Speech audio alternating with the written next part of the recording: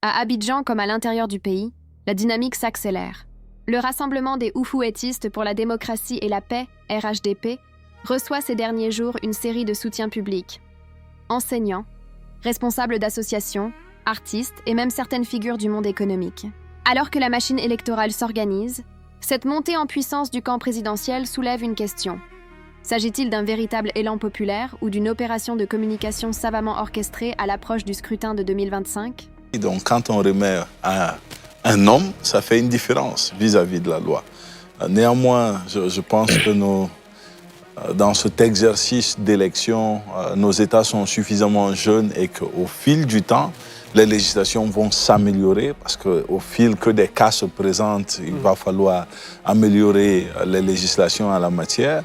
Et maintenant, la question qui est posée, c'est OK, quand une situation qui n'est pas conforme à la loi se présente, est-ce que la réaction est automatique de la part des juridictions ou est-ce que la réaction attend la fin du processus électoral? Donc, c'est toutes ces questions-là qui restent posées et que peut-être les juristes les mieux aiguisés en la matière vont devoir répondre et vont devoir éclaircir cette situation. Mais c'est aussi une nécessité pour les partis impliqués, parce que bon, on entend beaucoup RHDP, mais je suis sûr que chaque parti politique trouve ses soutiens, de pouvoir orienter leur soutien sur la meilleure façon de contribuer à leur effort de campagne. Donc c'est ce travail aussi d'éducation qui doit se faire pour pouvoir maintenir la transparence des campagnes, parce que si les fonds continuent à tomber comme ça,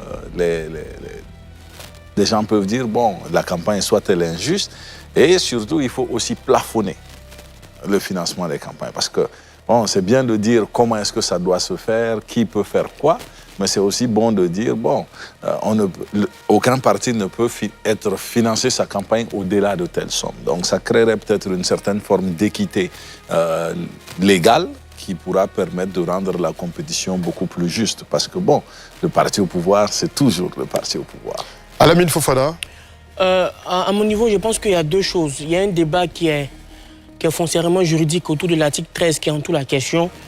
Et puis, d'un autre côté, il y a un débat qui relève de l'éthique. Parce qu'après, dans l'appréciation des dispositions juridiques, on peut toujours trouver des échappatoires, quitte à dire qu'on ne donne pas à un parti politique, mais on donne à un homme, quitte à dire aussi que... Parce que la disposition continue pour dire que même les entreprises, donc tout le monde pourra extrapoler en fonction de sa position. Mais à titre personnel, moi, la chose qui me peine le plus, c'est la manière d'y rendre. L'arrogance ou bien le manque de jugeote qui entoure la communication du représentant des PCA, des entreprises d'État. Parce que dire que 100 millions dans 100 milliards, c'est quoi? En Côte d'Ivoire, en 2025, ça peut être insultant vis-à-vis du peuple de Côte d'Ivoire. Quand on sait que souvent même, certaines sociétés d'État ont encore des arriérés de salaire, quand on sait que souvent même, il y a des personnes en Côte d'Ivoire qui perdent la vie pour une facture, pour une ordonnance médicale de 5 000 francs, il faut avoir un minimum de jugeote, un minimum de sagesse, un minimum de juste milieu, même quand on est engagé dans quelque chose de profondément électoral. La deuxième chose aussi qui me peine, c'est de laisser sous-entendre un devoir de reconnaissance dans la déclaration lorsqu'il dit que peut-être que le président peut être reconnaissant par rapport à cette action. C'est vilain. C'est vilain même par rapport aux principes de bonne gouvernance, par rapport aux principes qui régissent la fonction publique. Parce que le président de la République choisit normalement en fonction de la capacité, de la capacité et de la performance en matière d'expertise. Donc si cette action financière va quelque part être gage de nomination d'un futur proche, c'est une approche qui peut être un peu gênante. Donc moi, je pense qu'on doit trouver le juste milieu et la mesure dans nos ambitions politiques. Parce que après ces élections-là, il y a une vie citoyenne qui continue. Et justement, pour terminer, c'est un peu la problématique que les Grecs qui ont pensé la cité à l'aune de la démocratie ont mis sur la table. Ils estiment que chaque régime politique dégénère en un autre. Donc la démocratie, qui est la loi du nombre, va dégénérer en aristocratie, qui est la loi des meilleurs. L'aristocratie va muter en plutocratie, qui devient maintenant la gouvernance des riches. Donc cette volonté farouche que je trouve manifestement inutile, parce qu'aujourd'hui, ce n'est pas les moyens qui manquent au RHDP pour battre cette campagne, mais c'est plus un positionnement personnel, partisan, partiel, pour avoir un gain matériel ou immatériel d'un futur proche, pour moi, c'est un peu vilain pour notre démocratie. Maurice Grandboutier, est-ce que vous comprenez cette sortie d'Antoine Boisbré-Nizako, qui est le président du conseil d'administration de la SODEFOR, partant de toutes ces autres initiatives qu'il y a eu de soutien en faveur d'Alassane Ouattara, le candidat du RHDP? Bien, je dois dire que la réaction de la conférence des présidents du conseil d'administration ne m'étonne pas. Pourquoi? Parce que notre démocratie aujourd'hui, en ce 21e siècle, est souvent taxée de corporatocratie. On parle de corporatocratie lorsqu'on se retrouve dans un régime où des corporations, qu'elles soient publiques ou privées, s'associent pour emmener quelqu'un au pouvoir. Et on attend justement que lorsque cette personne arrive au pouvoir, puisse prendre des décisions en notre faveur. Donc ça se voit partout. Est-ce que cette sortie est malaisante pour le RHDP? Moi, j'aimerais toucher 4 points. Ouais. Déjà, le statut légal de la conférence des PCA. Ensuite, l'origine des montants. Troisièmement, la perception, on va dire le niveau éthique. Et puis enfin, la posture que je juge inappropriée de l'opposition. Au niveau du statut légal, la loi indexe les sociétés publiques. Là, il ne s'agit pas des sociétés, mais il s'agit des tenants de ces sociétés-là. Donc, à moins qu'on ne sorte une preuve ici pour dire que la conférence des PCA a été créée par décret, cette organisation n'est pas une organisation publique. C'est une organisation privée. Ça peut être un club d'hommes d'affaires, peu importe. Ensuite, l'origine des montants. Moi, j'aurais aimé qu'on questionne l'origine des montants, non pas seulement au niveau des plateaux, mais qu'on aille regarder dans les chiffres. Aujourd'hui, à ce jour, je n'ai pas entendu dire des gens avoir diligenté des enquêtes pour se rassurer du fait que l'argent provenait des caisses de l'État ou pas. Sachant qu'en 2019, l'État ivoirien a perdu près de 1400 milliards au niveau de la corruption. Au troisième point, au niveau éthique, justement, je suis tout à fait d'accord avec Alamine Fofana. Il y a un manque de jugeote. Vraiment, cette sortie-là, en mon sens, n'était pas belle à voir. N'était pas belle à voir parce que ça prouve d'une certaine manière que la politique en Côte d'Ivoire est une affaire de riches.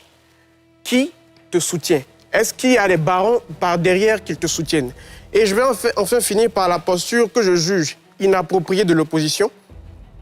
Dans les pays matures en matière de démocratie, on aurait eu plusieurs moyens pour essayer de voir déjà au niveau légal et vérifier les comptes de ces personnes si effectivement il y a eu des détournements de fonds pour ce genre d'action. Il ne faut pas s'arrêter aux 100 millions. Le monsieur a dit que si jamais on arrive au deuxième tour, ils enverront encore 100 millions de francs. C'est alarmant. Mais avant de se plaindre, vérifions. Très bien. Voilà. Merci beaucoup. Les PCA, présidents de conseil d'administration, ont remis une enveloppe assez consistante au président Alassane Ouattara. Avant eux, c'était donc l'intersyndicale dans le café et le cacao qui remettait 20 millions pour la campagne présidentielle à Alassane Ouattara, candidat du RHDP. Aujourd'hui, on a vu les artistes et autres acteurs du monde culturel au Palais de la Culture afficher publiquement leur soutien à Alassane Ouattara. Awa Domelo doit être sérieusement inquiété là. Non, pas du tout. Pas du tout. À tel point qu'on se dit que c'est peut-être nous qui inquiétons. Je vais m'expliquer. Vous voyez, contrairement à mes habitudes, je suis arrivé en retard. Je suis arrivé en retard parce qu'on a un grand événement demain au Palais des Sports. Et on a rempli toutes les formalités administratives et financières. Et contre toute attente, juste avant que je ne vienne ici, on nous appelle pour nous dire que le Palais des Sports ne nous est plus attribué sur décision des autorités, lesquelles on demande, on essaie de nous dire. Donc, à l'heure où je vous parle, on nous a retiré le Palais des Sports, alors qu'on a payé un peu plus de 5 millions pour y avoir accès. L'argent a été reçu. Pis encore, on nous dit qu'on ne peut pas nous rétrocéder l'argent, on va nous rétrocéder l'argent ultérieurement. Donc, je pense que c'est plutôt nous qui effrayons. En ce qui concerne les différents soutiens, moi, de façon fondamentale, d'un point de vue intrinsèque, lié aux individus, tout individu peut se lever et donner de l'argent à un candidat pour le soutenir. C'est tout à fait normal de ce point de vue-là. Cependant, lorsqu'on y adjoint des institutions de l'État, c'est à ce moment-là où c'est dérangeant. Hier, j'ai suivi avec vous, sur les chaînes d'un de vos confrères, le président de la conférence des PCA, qui du reste est le PCA de la SODEFOR. voilà, dit que les PCA des institutions publiques se sont réunis avec des mots quand même dégradants aussi hein, quand on l'a écouté et qu'eux, ils ont donné 100 millions au président de la République. Mais vous voyez, cela pose le problème de l'éthique, de la bonne gouvernance et surtout du conflit d'intérêts. Parce que lorsqu'on l'a écouté, il dit, en le faisant, sans doute si le président est réélu, il va nous maintenir dans nos postes. Donc il y a un conflit d'intérêts évident ici. Et puis après, moi, je me suis intéressé particulièrement pour M. Nizako, qui est le président de la conférence des PCA. Je me suis intéressé à la structure dont il est le président du conseil d'administration. La SODEFOR. À savoir la SODEFOR. Et je vais vous révéler des choses assez intéressantes, qui sont, encore une fois, comme je le dis chaque fois que je viens, qui sont disponibles à la fois sur le site du gouvernement de Côte d'Ivoire, sur le site de la Cour des comptes. La SODEFOR, c'est depuis 2018 une situation financière négative, déséquilibrée au fil du temps, si bien qu'elle bénéficie régulièrement de la subvention de l'État de Côte d'Ivoire à raison d'en moyenne 3 milliards par an de subventions. Si bien qu'en 2025, cette année, l'État a validé un plan de restructuration globale de la SODEFOR. Et donc, c'est cette entité-là, dont M. Nizako est le président du conseil d'administration, qui est, on va dire, quasiment à la rue, si bien qu'aujourd'hui, parce que la SODEFOR a échoué, on peut dire ça comme ça, dans sa mission de reboisement du couvert forestier national. Aujourd'hui, on s'appuie sur des artistes comme Yodé et Siro pour engager des campagnes de reboisement et tout. Mais je veux dire que, comme je disais tout à l'heure, il y a un vrai problème. Il faut pouvoir, en Côte d'Ivoire, qu'on arrive à dissocier les fonctions d'intérêt public, la puissance publique de nos activités privées, de nos activités politiques. Et c'est encore très marqué et très présent dans l'espace socio-économique ivoirien. Et c'est déplorable. Et ce sont ces genres de pratiques-là que je pense que le prochain président élu après le 25 octobre doit trancher de façon définitive afin de faire renaître une nouvelle façon de gérer la chose publique. Alors, on a vu, ça m'intéresse particulièrement, les acteurs culturels s'associer aussi à un hommage aujourd'hui au Palais de la Culture au président Ouattara dans le cadre de cette campagne présidentielle. Cheikh Oumar Doumbia, est-ce que là, il y a malaise? Pour les artistes, je dirais que c'est suffisamment dangereux de se mettre dans une certaine position. Néanmoins, ils sont citoyens, ils ont des convictions et ils peuvent avoir la volonté de soutenir un candidat et décider de le faire de façon collective. Est-ce que le RHDP va cracher sur ce soutien? Jamais. C'est un parti politique.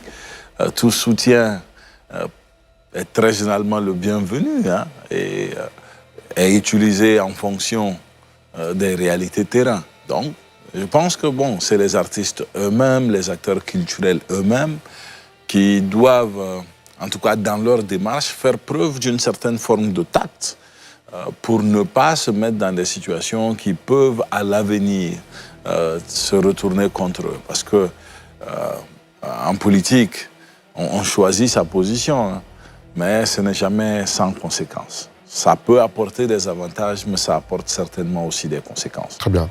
Alamine Fofana. Oui, pour les acteurs culturels, c'est leur droit le plus absolu. Parce que être acteur culturel ne nous dépouille pas de notre nature de citoyen. Voilà, la politique, c'est un jeu de charme. Donc, on est tous touchés par les questions de gouvernance. Donc, la mauvaise gouvernance aussi peut empiéter, peut impacter négativement le sort du monde de la culture. Donc, les artistes peuvent estimer que c'est tel leader, à travers son programme, qui est le mieux adapté pour pouvoir mener à bien leur bonheur, qui consiste à créer un écosystème musical, artistique favorable à leur élévation. Maintenant, après, c'est à leur risque et péril par rapport à la situation aussi de la Côte d'Ivoire. La Côte d'Ivoire a 65 ans, donc il y a encore beaucoup de questions de psychopathie politique, il y a encore beaucoup de notions comme la citoyenneté, le caractère de la République qui ne sont pas encore perçus par les populations. Encore, vous allez voir que ces artistes-là, excusez-moi, mais ce n'est pas de grands artistes à un niveau. vous allez voir que généralement en Côte d'Ivoire, les grands artistes... Ah non, Baïs Pinto y était. Je termine. Les grands artistes du moment vont se mettre en marche. Mais ils peuvent décider aussi de soutenir une candidature. Aujourd'hui, un Imra ou un Didi Bey, qui sont les plus en vogue en ce qui concerne la culture urbaine auprès de la jeunesse, pour moi, ils éviteraient à s'associer à ce genre d'activité. Mais sur le fond, ce n'est ni une anomalie démocratique, ça peut être à leur avantage comme à leur désavantage, parce que dans leur fanbase, il y a de tous les bords politiques. Est-ce que les gens ont encore suffisamment la lumière intellectuelle de comprendre que mon artiste est libre de choisir un candidat? Ça sera la pression des artistes. Donc, ce n'est pas une anomalie, mais c'est un peu risqué. Donc, c'est leur droit le plus absolu de soutenir une quelconque candidature. Ça relève aussi, quelque part, du caractère dynamique de la politique. Maintenant, malheureusement, le niveau aussi de démocratisation de notre pays fait que, souvent, certains artistes ont bien envie de pouvoir soutenir publiquement certaines personnalités politiques, mais ils estiment que les gens ne vont pas forcément comprendre, donc ils se mettent en marge. S'ils le font, ce n'est pas un problème, mais ça peut être à leur avantage comme à leur désavantage. Très bien. Maurice Grandboutet. Moi, j'ai envie de dire que l'électorat rime avec ambiance. Donc, d'aussi loin que je me souvienne, les artistes, d'une certaine manière, ont toujours pris part au processus électoral, d'une certaine manière. On a pu voir des cas comme la diva Aïcha Koné ou encore Serge Kassi, qui s'étaient affichés avec le parti au pouvoir à l'époque. Mais aujourd'hui, on peut constater de façon factuelle que leur carrière a pris du plomb dans l'aile. Et aujourd'hui, on peut voir d'autres personnes comme Yodé, Siro et autres qui sont très engagés, qu'on voit très souvent dans des meetings du PPA. Je ne dis pas qu'ils ont pris des cartes de parti ou non. Même aujourd'hui, il y a eu une cérémonie d'hommage au président Alassane Ouattara. On a vu Roselyne Layo aller là-bas. Ces personnes n'ont pas forcément pris des cartes de parti, mais c'est une posture très, très sensible pour eux en tant qu'artistes. Parce que si le pouvoir change et que dans certaines conceptions, on a envie de les verrouiller, c'est très facile pour un homme politique. Donc, même aux États-Unis, on a pu le voir avec... j'oublie son nom. Il y a un artiste qui a demandé clairement, je crois que c'est Pharrell Williams, qui a demandé clairement à Donald Trump de ne pas utiliser sa musique lors de ses campagnes. Parce que, en tant qu'artiste, on sait une chose, c'est que la voix qu'on apporte. Voilà, et donc c'est à nous maintenant de pouvoir choisir nos combats. Ce n'est pas une structure politique, donc ils peuvent faire ce qu'ils veulent. Donc c'est ce que j'ai à dire en tout cas par rapport aux artistes. Un dernier commentaire, Franck-Stéphane Dédy. Oui, moi, comme je disais tout à l'heure, tout individu de la société, de quelque milieu qu'il soit, a le droit de soutenir qui il veut. Cependant, comme je dis, il ne faut pas faire des mélanges de genres. Une fois que les mélanges de genres ne sont pas faits, moi, je suis totalement à l'aise. Sinon, ça va dénier à ces personnes-là leur qualité de citoyen à la base. Mais comme je disais tout à l'heure, quand on a été PCA de la SONATT qui a été fermée, quand on est PCA d'une société comme la SODEFOR qui est en déficit structurel depuis une dizaine d'années, on se doit de faire profil bas et peut-être d'envoyer à sa place d'autres PCA dont les sociétés sont beaucoup plus reluisantes. J'aimerais ajouter... Oui, Maurice, rapidement. Au niveau de la question de la campagne, je crois qu'il y a déjà un plafonnement. Voilà, le chiffre m'avait échappé. Je crois qu'il y a un plafonnement autour de 500 millions de francs CFA. Donc c'est l'occasion pour moi d'appeler tout le monde, qu'on soit militant du RHDP ou autre, en tout cas tous les citoyens ivoiriens, d'ouvrir les yeux. Parce qu'il y a Cheikh Oumar qui avait émis une certaine critique par rapport aux dons qu'on recevait. Donc on a déjà reçu 100 millions. Je ne sais pas exactement combien est-ce qu'on a reçu de la part des artistes. Donc si jamais ce fonds-là dépasse les 500 millions, en ce moment-là maintenant, on aurait le droit d'une certaine manière de s'inquiéter. Ce n'est pas juste d'avoir les yeux braqués sur le pouvoir en place. Les artistes ont fait leurs dons. Mais aussi, regardons avec toute la jugeote, toute l'objectivité qu'il faut, les partis d'opposition aussi. Voilà, c'est ce que je voulais ajouter. Alors, on n'a pas... Le RHDP avance ses pions, renforcé par une série d'appuis stratégiques qui pourraient peser lourd dans la balance électorale. Reste à savoir si cette dynamique traduit une adhésion réelle à son projet de société ou une stratégie de mobilisation classique avant scrutin. Dans un paysage politique en recomposition, chaque ralliement compte et la bataille de l'opinion ne fait que commencer. Et vous? Que pensez-vous de cette vague de soutien? Signe d'un leadership solide ou simple stratégie électorale? Donnez votre avis en commentaire. Abonnez-vous pour suivre nos analyses quotidiennes et ne rien manquer de l'actualité politique ivoirienne.